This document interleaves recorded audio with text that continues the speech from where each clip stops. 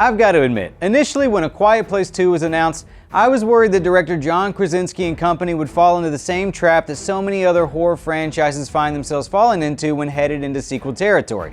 That pesky desire to explain what these monsters are or where they come from.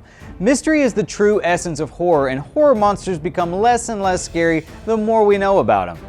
With A Quiet Place 2 literally beginning at day one, it seemed as though the movie might try to explain what these creatures are. Thankfully, Krasinski exhibits a wonderful sense of self-control and never bothers to explain where these creatures came from. Why does it even matter? They're here now and they're killing everyone. That's all the audience needs to know. Still reeling from the death of Lee in the first one, this is a movie that transforms Evelyn and her family from reasonably frightened victims into fighters. Everyone's got their moment to shine, and the entire cast from top to bottom is fantastic. Killian Murphy is also a wonderful addition to the cast, with notes of his performance from 28 Days Later. Watching him grow and bond with Reagan will likely be the highlight of the film for many.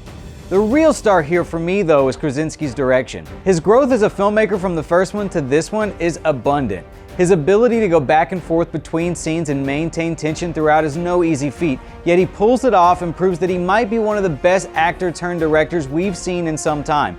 Like the first film, the use of sound in A Quiet Place Part 2 is still so vital. In what could easily have been a retread, Krasinski finds unbelievably creative ways to keep the movie's niche from getting stale.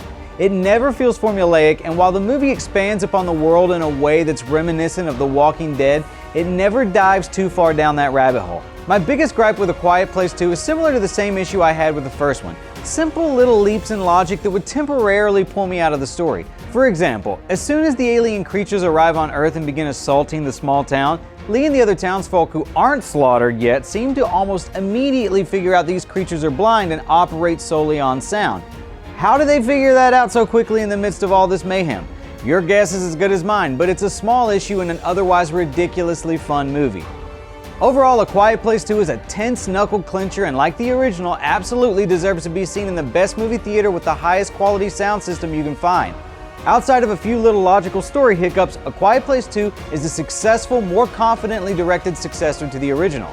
For Comicbook.com, I'm Chris Killian, and I give A Quiet Place 2 4 out of 5 stars.